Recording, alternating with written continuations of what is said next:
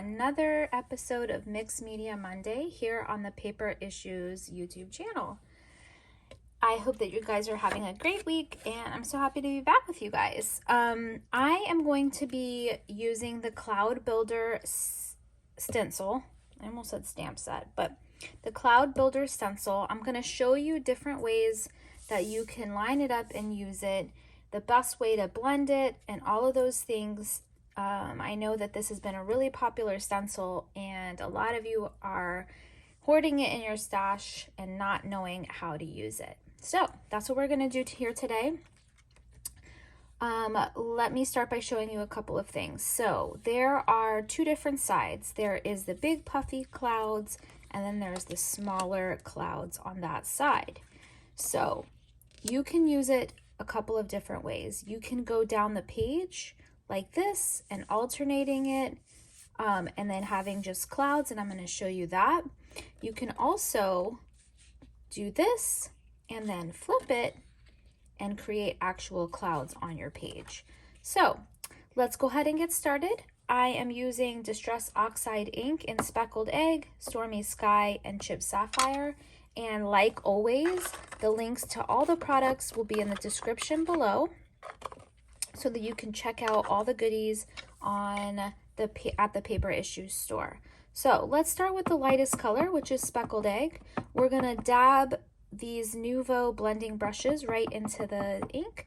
We're gonna start on the stencil, going off the stencil so that the ink doesn't clump up and creates kind of like a harsh edge, if you know what I mean. You want a little bit of an edge, but you don't want it to be so harsh where the ink sets in, just like I did there.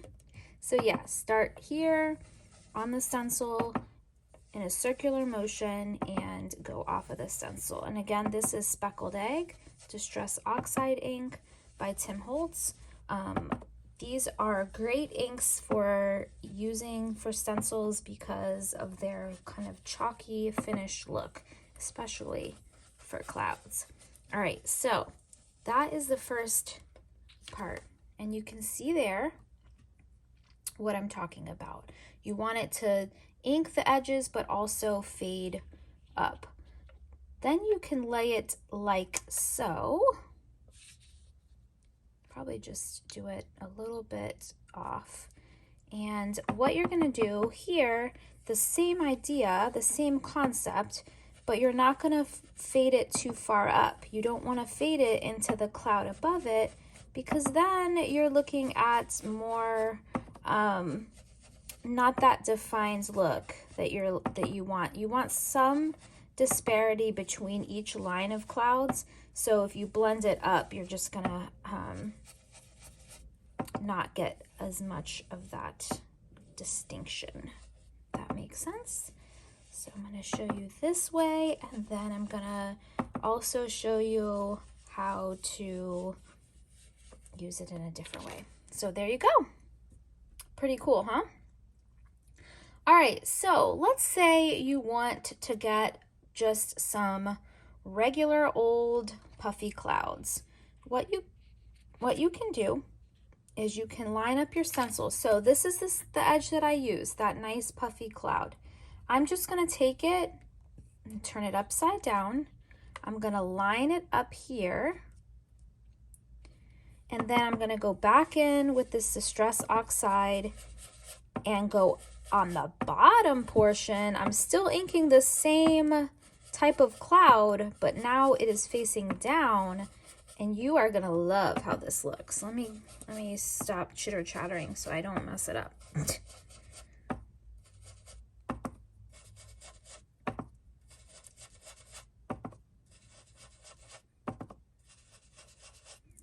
This stencil is great for use, all kinds of uses. Like you can do the background, you can do it and cut it out. Lots of different ways to use this stencil, but I thought I would show you this one because a lot of times when I'm doing lives, I hear people say, I have that in my stash, but I haven't used it. So look at that. Now you get that distinct cloud look. Pretty cool, huh? All right, I'm gonna go ahead and put you on fast forward so that I can do some of these smaller clouds, and I will be back at the very end to wrap it up with you guys.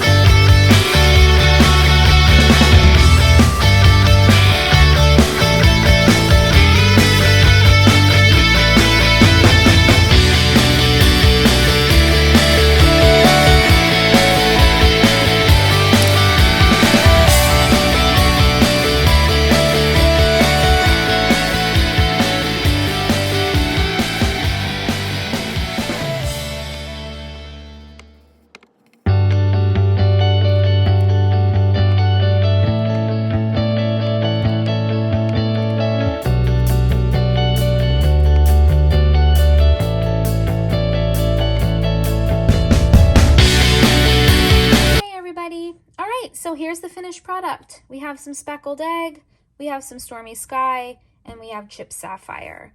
And as you can see, I used the same edge at the top here. I flipped it upside down to make a puffy chain of clouds, and I did the same thing with the smaller side here as well.